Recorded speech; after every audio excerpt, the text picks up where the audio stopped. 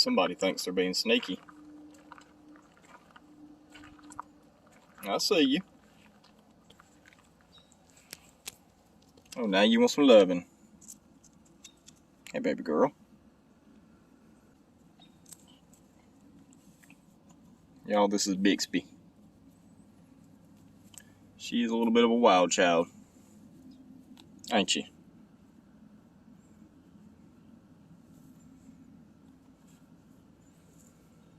We go to bed at night.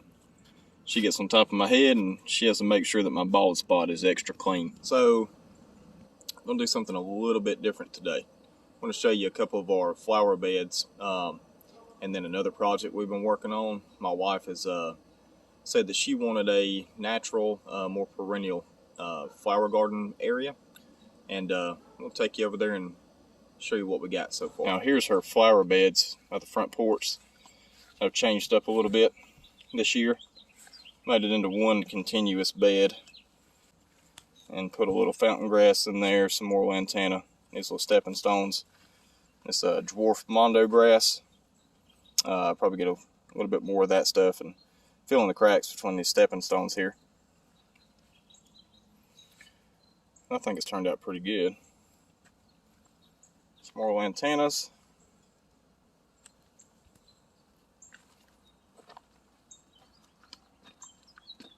And she don't know it, but somewhere back there I'd put some morning glory seeds to climb up the side of the porch.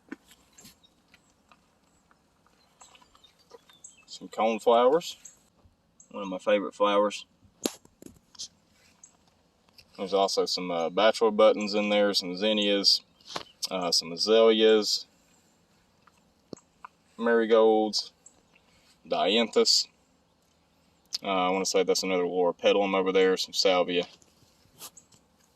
And this is a antique viola.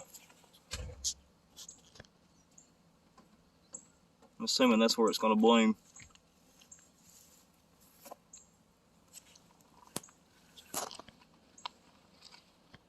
That's canary zinnia. This is dahlia. Ain't that dahlia? Yeah. Which I think's pretty. Some more dianthus. Bachelor button.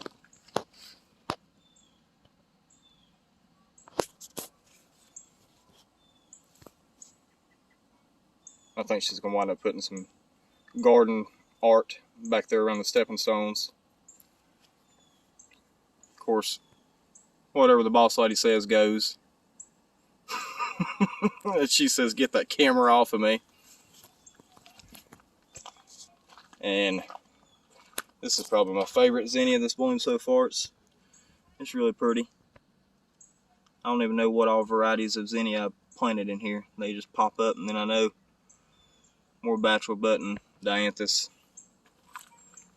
Your cat wants outside with you. Oh, okay.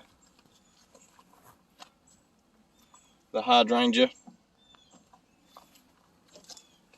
And then pansies for days. And a cat. Hello, Bixby. Kitty, kitty.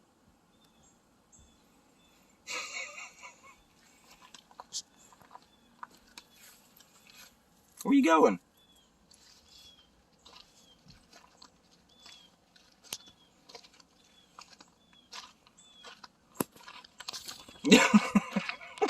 Where are you going, cat?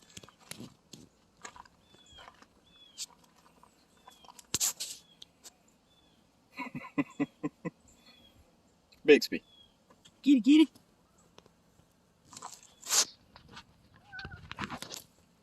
Hey, baby. Now, this is where we'd cut down a sweet gum tree. Lord knows I hate a sweet gum. And it's on a hillside, which is a little bit difficult when it comes to cutting grass. There was a lot of blackberry canes in here. And I think what we're going to do is, as you can tell, we're going to mulch this real heavily. And we're going to cover this hillside in phlox, creeping phlox. There's the scarlet flame and the candy stripe. And hopefully it'll just run down this hill and fill it out nicely. Be one less area we have to worry about the grass. As you can see, it's a fairly steep incline. And hopefully if we plant enough phlox, it'll just spill down that hill toward the arbor for her perennial garden. So my wife has decided that she wants this shaded part of our backyard amongst all these trees where we cleared out to be a perennial flower garden, part shade, part sun. So I built her this arbor as an entryway, and then we're going to have another one over there, and it'll basically be like a couple of trails that you walk through once we get this done, but we're in the beginning stages right now. So let's see, over here, that is Confederate jasmine, a vine. Supposedly it'll get to be about 20 foot tall. Should just about engulf this this arbor. And then we have the Jackmanii clematis, summer bloomer, some lantana. I think that's called Purple Heart. Forget what variety of hosta that is. Sun and something hosta. Y'all probably know. And then these little guys my wife picked out. She thought they were pretty. Don't remember what they are either.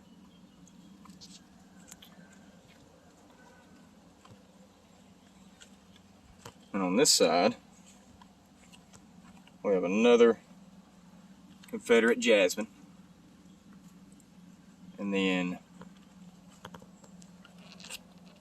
Hagley hybrid clematis. Also a summer bloomer. It'll bloom up till about September. Some more lantana. Another hosta. And a couple more of those little dudes down there. It gets morning sun and then shade up until probably about 5 o'clock, and it gets a little bit more sun over here. But this is basically part of the creek bed that is dried up, and we're going to try to use it. We're going to take all these trees, we're going to clear out the underbrush around them, put down some mulch, and put a lot of perennial and shade-loving plants back here.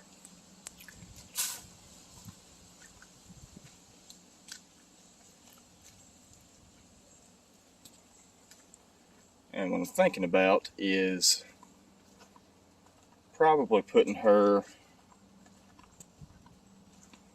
a little seating area and possibly a fire pit right about there. So you can walk through these little trails right here. It'll be nothing but perennial flowers.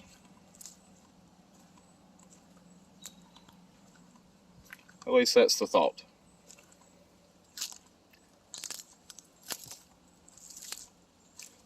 Be a lot of chopping down, clearing out some underbrush, but we're not going to do much to the soil here. This soil is actually very, very rich, high in organic matter.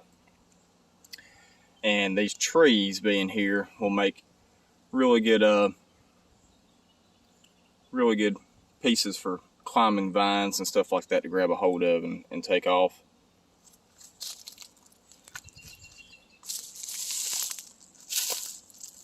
Looks like a lot of work, and I don't think it'll be as bad as what we're thinking. So basically right about here. On the other side of this clump of trees, we'll have another arbor.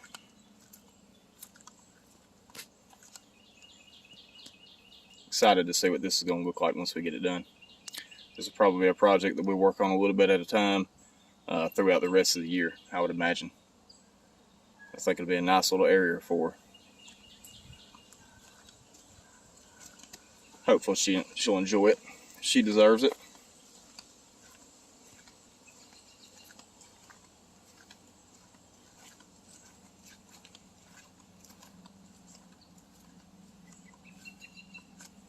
But anyway, figured I'd show you guys what we got going on here. Always working on something. Progress don't get made sitting still, that's for sure.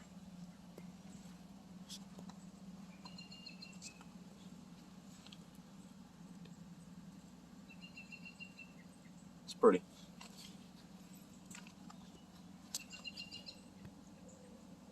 Alright, y'all. Y'all have a good weekend.